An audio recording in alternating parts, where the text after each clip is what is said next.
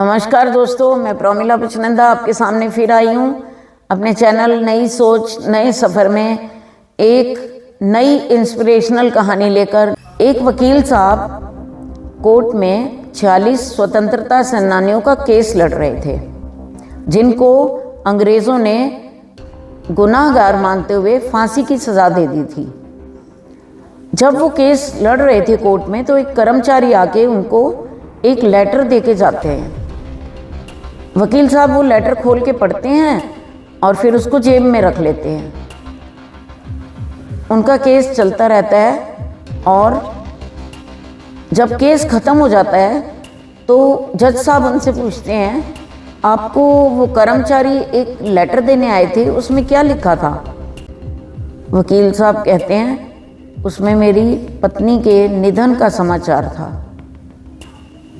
तो जज साहब बोलते हैं, आप फिर गए क्यों नहीं? वकील साहब कहते हैं, मुझे समझ में आ गया था कि मैं वहाँ जाकर तो कुछ नहीं कर पाऊँगा, मेरी पत्नी का निधन तो हो चुका है, पर ये जो 46 स्वतंत्रता सेनानी हैं, ये गुनाहगार नहीं हैं, इनको कौन बचाएगा? इसलिए मैं यहीं पर रुका रहा।